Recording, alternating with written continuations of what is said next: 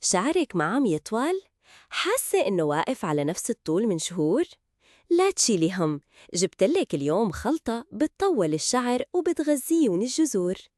كل مكوناتها طبيعية وآمنة وبتعطي نتيجة من أول أسبوعين. ركزي معي وتابعي للآخر وما تنسي اللايك والاشتراك.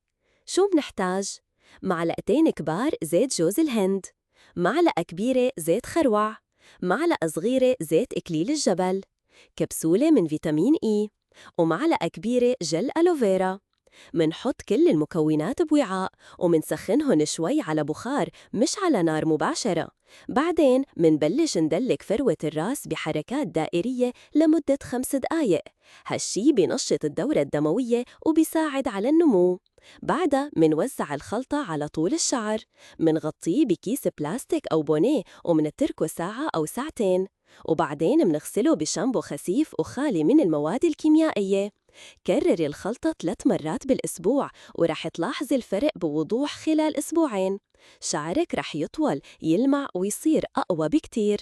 جربيها واحكيلي رأيك بالتعليقات وخلي الجمال دايماً من الطبيعة.